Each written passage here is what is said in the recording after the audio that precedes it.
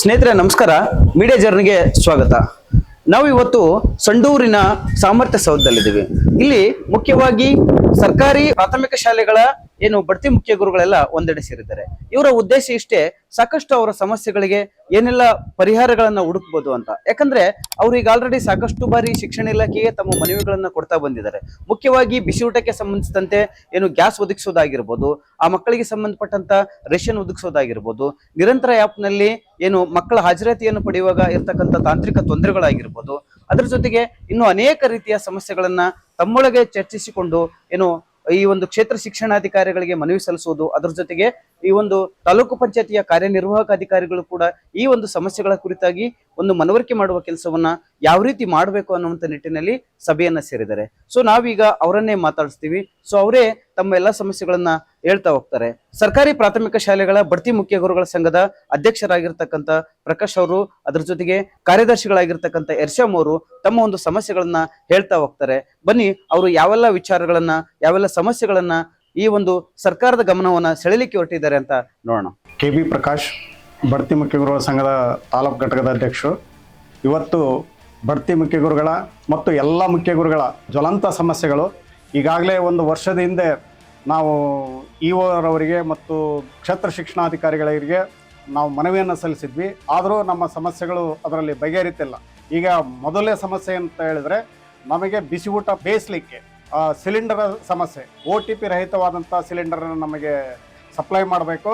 ಇದರಿಂದ ನಾವು ಮಕ್ಕಳಿಗೆ ಊಟವನ್ನು ಬೇಯಿಸೋದು ಸುಲಭ ಆಗುತ್ತೆ. ಇಲ್ಲ ಅವರನ್ನು ಕಾಯಬೇಕಾದ್ರೆ ನಾವು OTP ಕೊಡಬೇಕಂದ್ರೆ ನಮಗೇನು ಸರ್ಕಾರದಿಂದ ಸಪ್ರೇಟ್ ಆದಂಥ ಮೊಬೈಲ್ ಕೊಟ್ಟಿಲ್ಲ, ಸಿಮ್ ಕೊಟ್ಟಿಲ್ಲ. ನಾವು ಮನೆಗಳಿಗೆ ಬಳಸ್ಕೊಳ್ತಕ್ಕಂಥ ಒಂದು ಸಿಮ್ಮನ್ನು ಮನೆಗಳ ಸಿಲಿಂಡರ್ಗಳಿಗೆ ಇಟ್ಕೊಂಡಿವಿ. ಆದರೂ ನಮ್ಮ ಶಿಕ್ಷಕರಿಗೆ ಒತ್ತಡ ಹಾಕಿ ನಮಗೆ ಸಪ್ರೇಟು ಸಿಮ್ ನಂಬರನ್ನು ಕೊಡ್ರಿ ಅಂತ ಹೇಳಿದಾಗ ನಾವು ಕೊಟ್ಟಿವಿ. ಆದರೂ ಸಹಿತ ನಮಗೆ ಇದುವರೆಗೂ ಸಿಲಿಂಡರ್ ಸಪ್ಲೈ ಆಗ್ತಾ ಇಲ್ಲ. ಎರಡನೇದಾಗಿ ಮೊಟ್ಟೆ ಮತ್ತು ಬಾಳೆಹಣ್ಣು. ಇವತ್ತು ನಾವು ಜುಲೈ 18ನೇ ತಾರೀಕು ಆದರೂ ಸಹಿತ ನಾವು ಜೂನ್ 1ರಿಂದ ಇವತ್ತಿನವರೆಗೂ ಮೊಟ್ಟೆಯ ದರ 8 ರೂಪಾಯಿಗಿಂತಲೂ ಮೇಲೆ ಹೋಗ್ತದೆ ಹೊರತು ಕಡಿಮೆ ಇಳಿತಾ ಇಲ್ಲ. ನಮಗೆ ಕೊಡ್ತಕ್ಕಂಥದ್ದು 5 ರೂಪಾಯಿ 30 ಪೈಸಾ. ದಿವಸ ಮುಖ್ಯ ಗುರುಗಳ ಜೋಬನ್ನು ಸುಡ್ತಾ ಇದೆ ಈ ಮೊಟ್ಟೆ ಮತ್ತು ಬಾಳೆಹಣ್ಣಿನ ದರಗಳು. ಇದನ್ನ ಮಾರುಕಟ್ಟೆಗೆ ಅನುಗುಣವಾಗಿ, ಆಯಾ ದಿನ ಮಾರುಕಟ್ಟೆ ಏನಿರ್ತದೋ ಆ ದರಕ್ಕೆ ಅನುಗುಣವಾಗಿ ನಮಗೆ ಅನುದಾನವನ್ನು ಬಿಡುಗಡೆ ಮಾಡಬೇಕು. ಹಿಂದೆ ನಾವು ಮನವಿಯನ್ನು ಸಲ್ಲಿಸಿದ್ವಿ. 100% ನೀವು ಅನುದಾನವನ್ನು ಬಿಡುಗಡೆ ಮಾಡ್ರಿ, ನಾವು ಖರ್ಚು ಮಾಡಿದ್ದಕ್ಕೂ ಮತ್ತು ಉಳಿದಿದ್ದಕ್ಕೂ ಅಲ್ಲಿ ಲೆಕ್ಕಾಚಾರ ಇರ್ತದೆ. ನೀವು 25% 80% ಮಾಡಿದ್ರೆ ನಾವು ಮುಖ್ಯ ಗುರುಗಳು ಕೈಯಿಂದ ಹಾಕೋದಾಗೋದಿಲ್ಲ. ಬರೀ ಬಡ್ಡಿ ಕಟ್ಟಿ ನಮ್ಮದಲ್ಲದ ಕೆಲಸಕ್ಕೆ ನಾವು ದಂಡವನ್ನ ತೆರುವಂತ ಸ್ಥಿತಿ ಉಂಟಾಗಿದೆ. ಮೂರನೇದು, ಆಯಾ ತಿಂಗಳಿಗೆ ಬೇಕಾಗುವಂತ ಆಹಾರ ಧನವನ್ನ ನೀವು ನಮ್ಮ ಇಲಾಖೆಯವರು ಮುಂಚಿತವಾಗಿ ಸಪ್ಲೈ ಮಾಡಬೇಕು. ನಮಗೆ ಜೂನ್ ತಿಂಗಳ ಆಹಾರ ಧಾನ್ಯವನ್ನ ಜೂನಿನ ಅಂತ್ಯಕ್ಕೆ ಸಪ್ಲೈ ಮಾಡಿದ್ರೆ ನಾವು ಇಡೀ ತಿಂಗಳು ಎಲ್ಲಿಂದ ತರಬೇಕು? ಇದು ಜ್ವಲಂತ ಸಮಸ್ಯೆ. ಇದನ್ನ ಬಗೆಹರಿಸಬೇಕು. ನೀವು 3 ತಿಂಗಳಿಗೊಂದ್ಸಲ 6 ತಿಂಗಳಿಗೊಂದ್ಸಲ ಆಹಾರ ಧಾನ್ಯವನ್ನ ಬಿಡುಗಡೆ ಮಾಡಬಾರ್ದು. ಆಯಾ ತಿಂಗಳು ತೂಕ ಮಾಡಿ ಕೊಡಬೇಕು. ಅಲ್ಲಿ ಕೊಡ್ತಕ್ಕಂಥ ಧಾನ್ಯಗಳು ಉತ್ಕೃಷ್ಟವಾಗಿರ್ಬೇಕು. ಯಾವುದೇ ಕಾರಣಕ್ಕೂ ಅವು ಮಾರುಕಟ್ಟೆಗೆ ಬರ್ತಕ್ಕಂಥ ಉತ್ಕೃಷ್ಟವಾದಂಥ ಆಹಾರ ಧಾನ್ಯಗಳಾಗಿರ್ಬೇಕು. ಯಾವುದೇ ಹೊಳತಿರ್ತಕ್ಕಂಥವಾಗಿರಬಾರ್ದು. ಈ ಮೊಟ್ಟೆ, ಬಾಳೆಹಣ್ಣು, ತರಕಾರಿ, ಉಸುಳಿಕಾಳು ಆಯಾ ತಿಂಗಳ ಹಣವನ್ನ ಮುಂಚಿತವಾಗಿ ಆಯಾ SDMC ಖಾತೆಗೆ ಮುಂಚಿತವಾಗಿ ಅನುದಾನವನ್ನ ಬಿಡುಗಡೆ ಮಾಡಬೇಕು. ಈ ಬಿಸಿ ಊಟಕ್ಕೆ ಸಂಬಂಧಿಸಿದ ಹಣಕಾಸಿನ ವ್ಯವಹಾರಗಳನ್ನು ನೋಡ್ಕೊಂಡು ಹೋಗ್ಲಿಕ್ಕೆ ಒಬ್ಬ ನಿರ್ವಹಣಾಕಾರರನ್ನ, ಒಬ್ಬ ಅಕೌಂಟೆಂಟ್ ಅನ್ನ ನೇಮಿಸ್ಬೇಕು. ನಾವು 500 800 ಇರ್ತಕ್ಕಂಥ ಶಾಲೆಗಳಲ್ಲಿ ಇದನ್ನ 2 ಶಿಕ್ಷಕರು ನಿರ್ವಹಿಸಿದ್ರು ಸಹಿತ ಕಡಿಮೆ. ಅದು ಮಕ್ಕಳು ಅಲ್ಲೇ ತಯಾರು ಮಾಡೋ ಊಟ ಆದ್ನಪ್ಪ ಅಂದ್ರೆ ಇಡೀ ಸಿಬ್ಬಂದಿ ಅಲ್ಲಿ ತಮ್ಮ ಇಡೀ ದಿನವನ್ನ ಅಲ್ಲೇ ಕಾಲ ಕಳಿಬೇಕಾಗುತ್ತೆ. ಅದಕ್ಕೋಸ್ಕರ ಒಬ್ಬ ಲೆಕ್ಕ ಪತ್ರವನ್ನ ನಿರ್ವಹಿಸ್ತಕ್ಕಂಥ ಒಂದು ಹುದ್ದೆಯನ್ನ ಸೃಜನೆ ಮಾಡಿ ಅಲ್ಲಿಗೆ ಆಯಾ ಶಾಲೆಗೆ ಒಬ್ಬ ಲೆಕ್ಕಪತ್ರ ನಿರ್ವಹಣೆಗಾರನನ್ನ ನೇಮಿಸಬೇಕು. ಈಗಾಗಲೇ ನಮ್ಮ ತಾಲೂಕಿನಲ್ಲಿ ಇಂದಿನ ವರ್ಷ ಶೌಚಾಮಿತ್ರಗಳನ್ನ ಮಾಡಿಕೊಟ್ಟಿದ್ರು. ಈಗ ಎಲ್ಲ ಜಾಗೃತ ಸಮಾಜ ಆಗಿರೋದ್ರಿಂದ ಶಾಲೆಗಳಲ್ಲಿ ಮಕ್ಕಳು ಕಸ ಹೊಡೆಯಂಗಿಲ್ಲ, ಮಕ್ಕಳು ಶೌಚಾಲಯಗಳನ್ನ ಕ್ಲೀನ್ ಮಾಡಂಗಿಲ್ಲ. ಮತ್ತೆ ಯಾರು ಮಾಡಬೇಕು? ಮೇಷ್ಗಳು ಮಾಡ್ಬೇಕಾ? ಅಲ್ಲಿ ಅಡಿಗೆ ಸಿಬ್ಬಂದಿ ಮಾಡ್ಬೇಕಾ? ಎಲ್ಲರೂ ಪ್ರಶ್ನೆ ಮಾಡಿದ್ರೆ ನಾವು ಶಿಕ್ಷಕರ, ಅಲ್ಲಿ ಮುಖ್ಯ ಶಿಕ್ಷಕರಾಗಿರ್ತಕ್ಕಂಥವ್ರು ಯಾರಿಂದ ಮಾಡಬೇಕು, ಎಷ್ಟು ದಿವಸ ಕೈಯಿಂದ ಕೊಟ್ಟು ನಾವು ಮಾಡ್ಲಿಕ್ಕಾಗುತ್ತೆ? ಅದಕ್ಕೋಸ್ಕರ ದಯಮಾಡಿ ನಮ್ಮ ಕ್ಷೇತ್ರ ಶಿಕ್ಷಣಾಧಿಕಾರಿಗಳು ಹಿಂದಿನ ವರ್ಷ ಯಾವ ರೀತಿ ಜಾಗೃತಿಯನ್ನು ತೆಗೆದುಕೊಂಡು ಎಲ್ಲರ ಮೇಲೆ ಒತ್ತಡವನ್ನು ಕಡಿಮೆ ಮಾಡಲಿಕ್ಕೆ ಶೌಚಾಮಿತ್ರರನ್ನ ಕೊಟ್ಟಿದ್ರು, ಅದೇ ರೀತಿಯಾಗಿ ನಮಗೆ ಶೌಚಾಮಿತ್ರರನ್ನ ನೇಮಿಸಿಕೊಡ್ಬೇಕು ಆಯಾ ಶಾಲೆಗಳಿಗೆ ಅಂತೇಳಿ ನಾನು ಮನವಿಯನ್ನು ಮಾಡ್ತಾ, ನಮ್ಮ ಎಲ್ಲ ಶಿಕ್ಷಕರ ಜ್ವಲಂತ ಸಮಸ್ಯೆಗಳನ್ನ ತಾವುಗಳು ಅತಿ ಜಾಗರೂಕತೆಯಿಂದ ಇದನ್ನ ನಯವಾಗಿ ಬಗೆಹರಿಸಬೇಕು. ಇದು ಸರ್ಕಾರದ ಹಂತದಲ್ಲಿ ಬಗೆಹರಿಯಂತದ್ದಾದ್ರೂ ಗೊತ್ತಿದ್ರೂ ಸಹಿತನು ನಾವು ನಿಮಗೆ ಮನವಿಯನ್ನ ಮಾಡ್ತೀವಿ. ಇಲ್ಲಿರ್ತಕ್ಕಂಥ ಒತ್ತಡಗಳನ್ನ ಇಡೀ ರಾಜ್ಯದಾದ್ಯಂತ ಇರ್ತಕ್ಕಂಥ ಸಮಸ್ಯೆ, ಈ ಸಮಸ್ಯೆಯನ್ನ ಮೇಲಾಧಿಕಾರಿಗಳಿಗೆ ಒತ್ತಾಕದಷ್ಟೇ ಅಲ್ಲ, ಅಲ್ಲಿ ಮೀಟಿಂಗ್ ಕರೆದಂತ ಸಂದರ್ಭದಲ್ಲಿ ನಮ್ಮ ತಾಲೂಕಿನಲ್ಲಿ ಇಂಥ ಸಮಸ್ಯೆಗಳಿದಾವೆ, ಹೆಡ್ ಮಾಸ್ಟರ್ಗಳ ಜೋಬ್ ಸುಡ್ತಾ ಇದೆ, ಅವರ ಕುಟುಂಬವನ್ನೇ ನಿರ್ವಹಣೆ ಮಾಡೋದು ಕಷ್ಟ ಆಗಿದೆ, ಅಂತದ್ರದಲ್ಲಿ ದೊಡ್ಡ ದೊಡ್ಡ ಶಾಲೆಗಳನ್ನ ನಿರ್ವಹಣೆ ಮಾಡೋದು ಕಷ್ಟ ಆಗ್ತಿದೆ. ಇದನ್ನ ದಯಮಾಡಿ ಕ್ಷೇತ್ರ ಶಿಕ್ಷಣಾಧಿಕಾರಿಗಳು ಮತ್ತು ನಮ್ಮ ನೆಚ್ಚಿನ ಕಾರ್ಯನಿರ್ವಾಹಕ ಅಧಿಕಾರಿಗಳು ಮತ್ತು ತಹಸೀಲ್ದಾರ್ ಅವರು ಎಲ್ಲರಿಗೂ ನಾವು ಮನವಿಯನ್ನ ಪತ್ರವನ್ನು ಕೊಡ್ತೀವಿ. ಅದರ ಜೊತೆಗೆ ನಮ್ಮ ಈಗ 46 ಜನ ಬಡ್ತಿ ಮುಖ್ಯಗುರುಗಳು ನಮ್ಮ ತಾಲೂಕಿನಲ್ಲಿ ಬಡ್ತಿ ತೆಗೆದುಕೊಂಡು ಬಂದಾರೆ. ಈಗ ಅವರ ಸಮಸ್ಯೆಗಳು ಜ್ವಲಂತವಾಗಿದ್ದಾವೆ. ಆ ಶಾಲೆಯಿಂದ ಬಿಟ್ಟು ಬರಬೇಕಾದ್ರೆ ಆ ಶಾಲೆ ಆಡಿಟ್ ಮಾಡಿಸ್ಬೇಕು. ನಾವು ಅನೇಕ ಸಲ ಕ್ಷೇತ್ರ ಶಿಕ್ಷಣಾಧಿಕಾರಿಗಳಿಗೆ ಮನವಿ ಮಾಡಿವಿ, ಸರ್ ಅಲ್ಲಿಯ ಲೆಕ್ಕಪತ್ರಗಳನ್ನು ಪರಿಶೀಲನೆ ಮಾಡಿ ನಮಗೆ ನೋ ಡ್ಯೂ ಸರ್ಟಿಫಿಕೇಟ್ ಕೊಡ್ರಿ, ಆ ಶಾಲೆ ಹೋಗಿ ಚಾರ್ಜ್ ತಗೊಳ್ಳಿಕ್ ಬರ್ತದೆ ಅಂತ ಹೇಳಿದ್ರು ಸಹಿತ ಇಲ್ಲ, ಕಾರ್ಯದ ಒತ್ತಡ ಅಂತೇಳಿ ಈಗ 1 ತಿಂಗಳ 18 ದಿವಸ ಆದರೂ ಸಹಿತನು ಇನ್ನೂ ನಮ್ಮ ಶಾಲೆಗಳ ತಪಾಸಣೆ ಆಗಿಲ್ಲ. ದಯಮಾಡಿ ಅಧಿಕಾರಿಗಳು ಇದರ ಕಡೆಗೆ ಒತ್ತು ಕೊಟ್ಟು ಆಯಾ ಶಿಕ್ಷಕರ ಅವಧಿಯ ಎಲ್ಲ ಲೆಕ್ಕಪತ್ರಗಳನ್ನ ತಪಾಸಣೆಯನ್ನು ಮಾಡ್ತಾ, ದಾಖಲಾತಿಗಳನ್ನ ಪರಿಶೀಲನೆ ಮಾಡ್ತಾ ಮತ್ತು ಅಟೆಂಡೆನ್ಸ್ಗಳನ್ನ ಪರಿಶೀಲನೆ ಮಾಡ್ತಾ, ಶಾಲೆಯಲ್ಲಿ ಏನೇನು ಇದಾವ ಅವೆಲ್ಲವನ್ನ ಪರಿಶೀಲನೆ ಮಾಡಿ ನಮಗೆ ತಪ್ಪಿದ್ರೆ ಇಂಥದನ್ನ ಕೈಲಿದ್ದ ಕಟ್ರಿ ಅಂತ ಹೇಳ್ರಿ, ಇಲ್ಲ ಎಲ್ಲವೂ ಸರಿಯಾಗಿದೆ ಅಂತ ಹೇಳಿದ್ರೆ ನೋ ಡ್ಯೂ ಸರ್ಟಿಫಿಕೇಟ್ ಕೊಡ್ರಿ, ನಾವು ಇನ್ನೊಂದು ಶಾಲೆಗೆ ಹೋಗಿ ಚಾರ್ಜ್ ತಗೊಳಕ್ ಬರುತ್ತೆ, ಇದರಿಂದ ನಮ್ಮ ಕಾರ್ಯ ಒತ್ತಡ ಕಡಿಮೆ ಆಗುತ್ತೆ.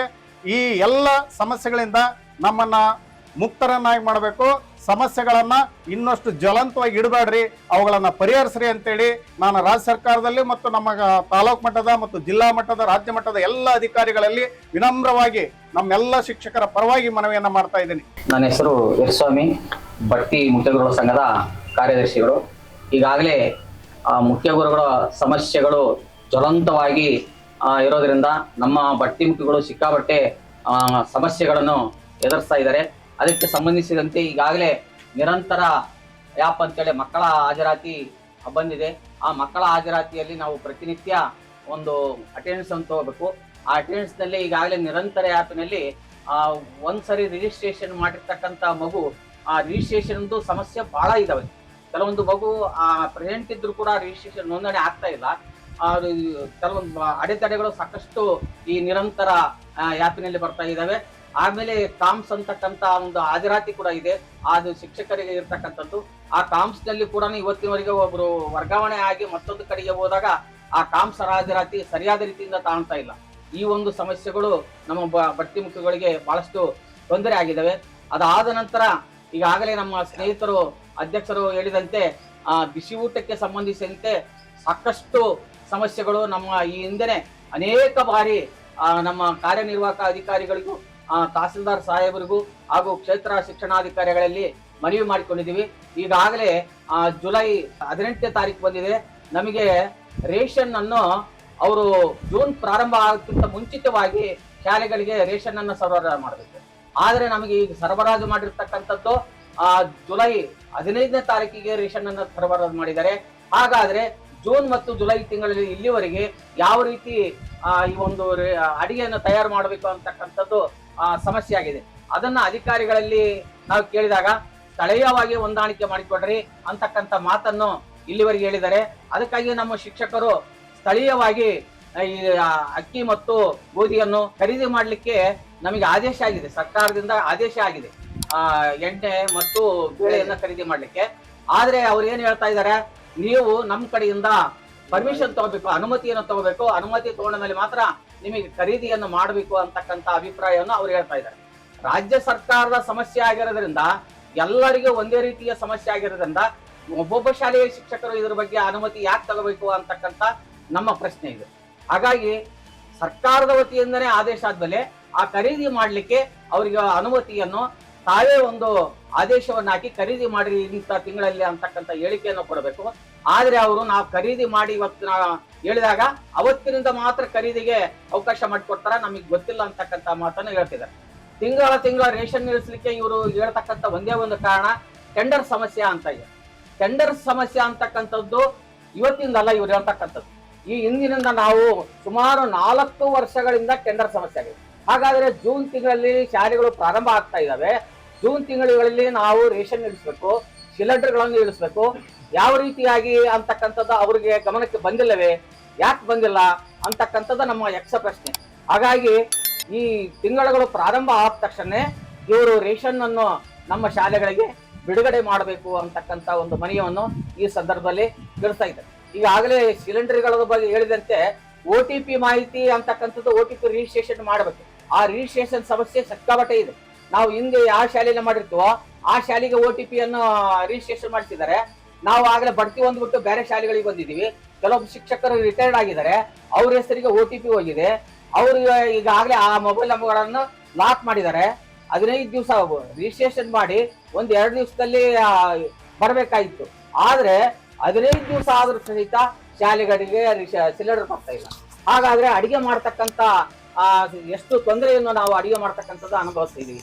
ಇಲ್ಲಿ ಮುಖ್ಯ ಗುರುಗಳು ಅಂತಕ್ಕಂಥದ್ದು ನಾವು ಏನಂದ್ರೆ ರೇಷನ್ ಸರಿಯಾದ ರೀತಿಯಿಂದ ಶಾಲೆಗೆ ಸರಬರಾಜು ಆದ್ರೆ ಅದನ್ನ ಅಡಿಗೆ ಮಾಡತಕ್ಕಂಥ ತಯಾರು ಮಾಡ್ತಕ್ಕಂಥ ಹೊಣೆಗಾರಿಕೆ ನಮ್ಮದು. ಆದ್ರೆ ಸಹಾಯಕ ನಿರ್ದೇಶಕರಾಗಿರ್ತಕ್ಕಂಥವ್ರು ಇಲ್ಲಿ ಸಿಲಿಂಡರ್ಗಳನ್ನು ಮತ್ತು ರೇಷನ್ನು ಸರಬರಾಜು ಮಾಡ್ತಕ್ಕಂಥ ಕೆಲಸ ಅವ್ರದ್ದು. ಆದ್ರೆ ಆ ಹೊಣೆಗಾರಿಕೆಯನ್ನು ಸಹಿತ ಮುಖ್ಯ ಗುರುಗಳೇ ಮಾಡಬೇಕು, ಹೊಂದಾಣಿಕೆ ಮಾಡ್ಕೋಬೇಕು ಅಂತಕ್ಕಂಥ ಮಾತನ್ನ ಹೇಳಿಬಿಟ್ಟು ಆಮೇಲೆ ಈ ರೀತಿ ರೇಷನ್ ಅನ್ನು ತಡವಾಗಿ ಇಳಿಸಿದ ಮೇಲೆ ನೀವು ಜನವರಿ ಫೆಬ್ರವರಿಯಲ್ಲಿ ರೇಷನ್ ಅನ್ನು ಇಳಿಸಿರ್ತಕ್ಕಂಥದ್ದು ಮಾರ್ಚಿಗೆ ಕಳಿಸ್ತಾರೆ. ಮಾರ್ಚಿಗೆ ಕಳಿಸಿದಾಗ ನಾವು ಮಾರ್ಚ್ ಎಂಡಿಗೆ ನಾವು ರೇಷನ್ ಕಳಿಸಿದ್ವಲ್ಲ, ಜೂನ್ ತಿಂಗಳಲ್ಲಿ ಖಾಲಿ ಆಯ್ತಾ ಅಂತಕ್ಕಂಥ ಮಾತು ಹೇಳ್ತಾರೆ. ಹಾಗಾದ್ರೆ ಜನವರಿ ಫೆಬ್ರವರಿಯಲ್ಲಿ ಇಳಿಸಿರ್ತಕ್ಕಂಥ ರೇಷನ್ ಇಂದ ಮಾಹಿತಿ ಏನಾಯ್ತು ಅಂತಕ್ಕಂಥದ್ದು ಅವ್ರು ಸರಿಯಾದ ರೀತಿಯಿಂದ ನಮಗೆ ಮಾಹಿತಿಯನ್ನು ಕೊಡ್ತಾ ಇಲ್ಲ. ಇದಲ್ಲದೇ ನಮಗೆ BO ಕಚೇರಿಯಲ್ಲಿ ಅನೇಕ ಸಮಸ್ಯೆಗಳಿದ್ದಾವೆ. ಈಗಾಗಲೇ ನಾವು ಬಡ್ತಿಯನ್ನು ಹೊಂದಿ 2 ತಿಂಗಳಾಯ್ತು. 2 ತಿಂಗಳಾದ್ರೂ ಸಹಿತ ನಮಗೆ ಸ್ವಯಂ ಚಾಲಿತ ವೇತನ ಬಡ್ತಿ ನಿಗದಿ ಆಗಿಲ್ಲ. ಅದನ್ನು ಆ ಅಧಿಕಾರಿಗಳಲ್ಲಿ ಕೇಳಿದಾಗ ತಾಂತ್ರಿಕ ಸಮಸ್ಯೆ ಅಂತಕ್ಕಂಥ ಮಾತುಗಳನ್ನು ಹೇಳ್ತಾ ಇದ್ದಾರೆ. ಆಮೇಲೆ BO ಕಚೇರಿಯಿಂದ ನಮಗೆ ಸಾಕಷ್ಟು ಪಠ್ಯ ಪುಸ್ತಕಗಳನ್ನು ಈಗಾಗಲೇ ಸರ್ಕಾರದಿಂದ ನಮಗೆ ಶಾಲಾ ಹಂತಕ್ಕೆ ಇಳಿಸ್ಬೇಕು ಅಂತಕ್ಕಂಥ ಮಾತನ್ನು ಹೇಳಿದ್ದಾರೆ. ಅದ್ರ ಜೊತೆಗೆ ನಮಗೆ ಬಟ್ಟೆಯನ್ನು ಕೂಡ ಸಮಸ್ತರನ್ನು ಕೂಡ ನಾವು ಇಲ್ಲಿಗೆ ಬಂದೇ ತೆಗೆದುಕೊಂಡು ಹೋಗ್ಬೇಕು. ಯಾವುದೇ ಒಂದು ಕಿಟ್ ಅನ್ನು ಬಂದ್ರೆ ಸಹಿತ ನಾವು ಈ ಇಲಾಖೆ ಸಂಡೂರಿಗೆ ಬಂದ್ಬಿಟ್ಟು ನಾವು ಅವುಗಳನ್ನು ತೆಗೆದುಕೊಂಡು ಹೋಗ್ಬೇಕು. ಹಾಗಾದ್ರೆ ಶಾಲೆಗಳಿಗೆ ಇವುಗಳನ್ನ ಸರಬರಾಜು ಮಾಡ್ರಿ ಅಂತಕ್ಕಂಥದ್ದು ನಮ್ಮ ಬಹಳಷ್ಟು ದಿನದ ಹೋರಾಟ ಆದ್ರೂ ಸಹಿತ ಇಲ್ಲಿವರೆಗೆ ಆಶೆ ನಮ್ದು ಈಡೇರಿಲ್ಲ. ಆಮೇಲೆ ನಮ್ಮದೇ ಆಗಿರ್ತಕ್ಕಂಥ ಗಳಿಕೆ ರಜೆ ಆಗಿರ್ಬೋದು ಅಥವಾ ಇನ್ನು ಯಾವುದೇ SR ನಲ್ಲಿ ಅಪ್ಡೇಟ್ ಆಗ್ತಕ್ಕಂಥ ಕೆಲಸ ಕಾರ್ಯಗಳಿರ್ಬೋದು, ಯಾವುದೇ ಕೆಲಸ ಕಾರ್ಯಗಳು ಸಹಿತ ಸರಿಯಾದ ರೀತಿಯಿಂದ BO ಕಚೇರಿಯಲ್ಲಿ ಆಗ್ತಾ ಇಲ್ಲ. ಈ ಬಗ್ಗೆ ನಾವು ಅನೇಕ ಸಾರಿ ಮನವಿ ಮಾಡಿದ್ದೇವೆ. ಆದ್ರೂ ಸಹಿತ ಇವತ್ತಲ್ಲ ನಾಳೆ ಮಾಡ್ತೀವಿ ಅಂತಕ್ಕಂಥ ಮಾತುಗಳನ್ನು ಹೇಳ್ತಾರೆ. ಅದಕ್ಕಾಗಿ ಇದಕ್ಕೆ ಸಂಬಂಧಿಸಿದಂತೆ ಇವತ್ತು ನಾವು ಬಡ್ತಿ ಮುಖ್ಯಗಳ ಎಲ್ಲರೂ ಸೇರಿ ಕಾರ್ಯನಿರ್ವಾಹಕ ಅಧಿಕಾರಿಗಳಿಗೂ ಮತ್ತು ಮಾನ್ಯ ಕ್ಷೇತ್ರ ಶಿಕ್ಷಣಾಧಿಕಾರಿಗಳಿಗೂ ಮನವಿಯನ್ನು ಸಲ್ಲಿಸ್ತಾ ಇದ್ದೀವಿ. ನಾವೆಲ್ಲ ಸೇರಿಕೊಂಡ್ಬಿಟ್ಟು ಇನ್ನು ಮುಂದಾದರೂ ನಮಗೆ ಕೆಲಸ ಕಾರ್ಯಗಳನ್ನು ಸುಲಲಿತವಾಗಿ ಮಾಡಿಕೊಟ್ಟು ನಮ್ಮ ಮನವಿಗೆ ಎಲ್ಲರೂ ಸ್ಪಂದಿಸ್ಬೇಕಂತೇಳಿ ಈ ಮೂಲಕ ತಮ್ಮಲ್ಲಿ ಅವರಲ್ಲಿ ಮನವಿ ಮಾಡಿಕೊಳ್ತಾ ಇದ್ದೀವಿ.